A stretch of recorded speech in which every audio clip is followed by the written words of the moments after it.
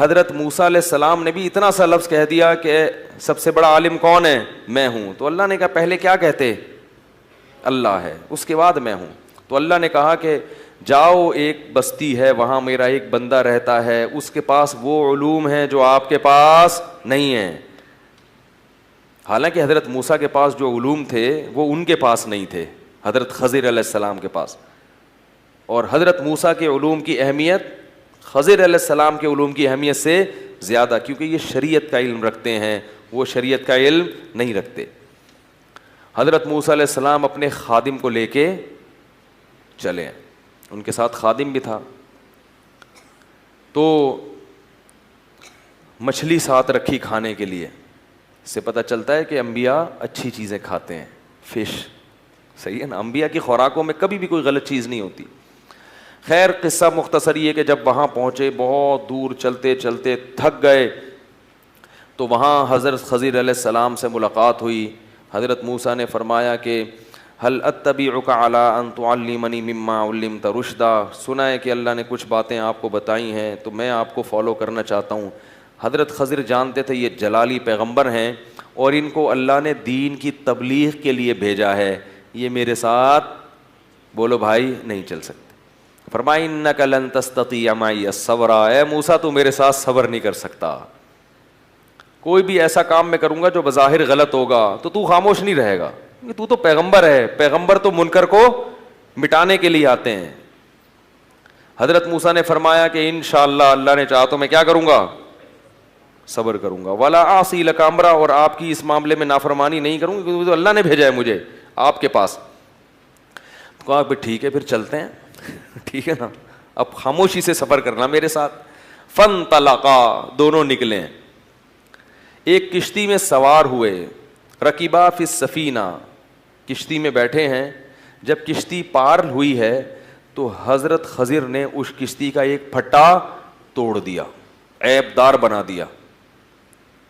حضرت موسیٰ علیہ السلام کو بڑا غصہ آیا کہ بلا وجہ ایک معصوم آدمی کی کشتی کو کیا کر دیا, بیڑا غرق کر دیا, اس کی کشتی کا توڑ دیا اس کو. لقد جئت شیئا امرا, کہنے لگے آپ نے تو عجیب ہی کام کیا, ظلم کیا اس کے اوپر. حضرت خضر نے فرمایا الم اقل لکا, بیٹا نہیں چھیڑو کسی چیز کو. الم اقل انک لن تستطیع معی الصبر, میں نے کہا نہیں تھا کہ آپ میرے ساتھ صبر نہیں کر سکتے. حضرت موسیٰ کو اپنا وعدہ یاد آیا, کہنے لگے لا تؤاخذنی بما نسیت, بھائی اگر کوئی آدمی بھول جائے نا اس پہ اس کی پکڑ نہیں کرنی چاہیے. بھولے سے بہت کچھ ہو سکتا ہے انسان کے ساتھ, اور اتنی ٹینشن میں نہ ڈالیں, بس اب نہیں پوچھوں گا. فانطلقا, آگے چلے دونوں. حتی اذا لقیا غلاما, ایک نوجوان نظر آیا. حضرت خضر گئے, اس کی گردن کاٹ دی. اس کو کیا کر دیا؟ قتل کر دیا. حضرت موسیٰ نے فرمایا قتلت نفسا بغیر نفس, بغیر کسی قتل کے آپ نے ایک انسان کو قتل کر دیا.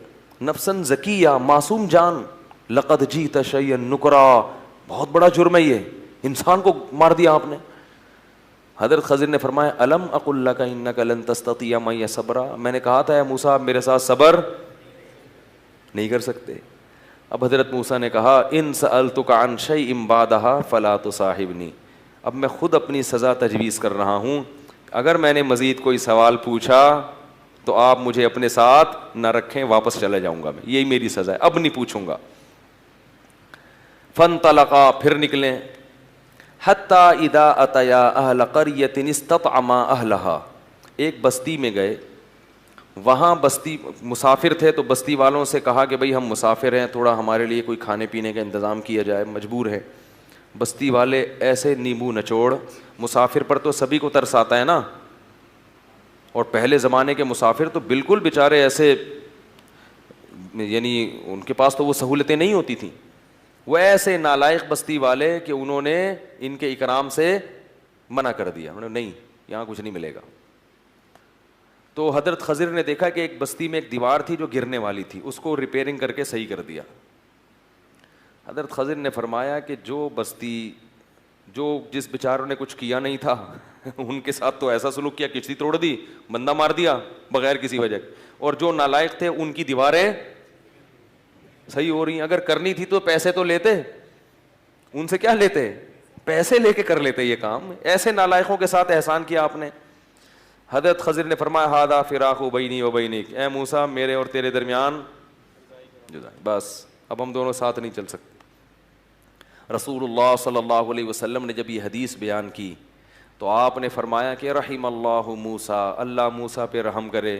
اگر کچھ دیر خاموش رہ جاتے تو اور پتہ نہیں کتنی چیزیں ہمارے سامنے آ جاتی. تو پھر حضرت خضر نے فرمایا کہ اب میں تمہیں بتاتا ہوں میں نے ایسا کیوں کیا.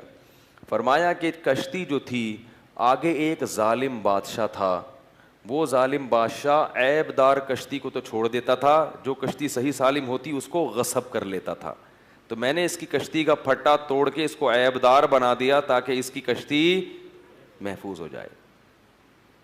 اور یہ جو نوجوان بچہ تھا, اس بچے کے بارے میں میرے رب نے مجھے بتایا کہ یہ بڑا ہو کر اپنے ماں باپ کا نافرمان بنے گا, اس کے والدین نیک لوگ ہیں, تو اللہ نے چاہا کہ اس کو مار دیں اور اس کے بدلے ان کو دوسری اولاد دیں جو اب بڑے ہو کر اپنے والدین کی آنکھوں کی ٹھنڈک بنے گی. یہ نافرمان ہوتا, جہنم میں جاتا اور والدین کو بھی ستاتا دنیا میں.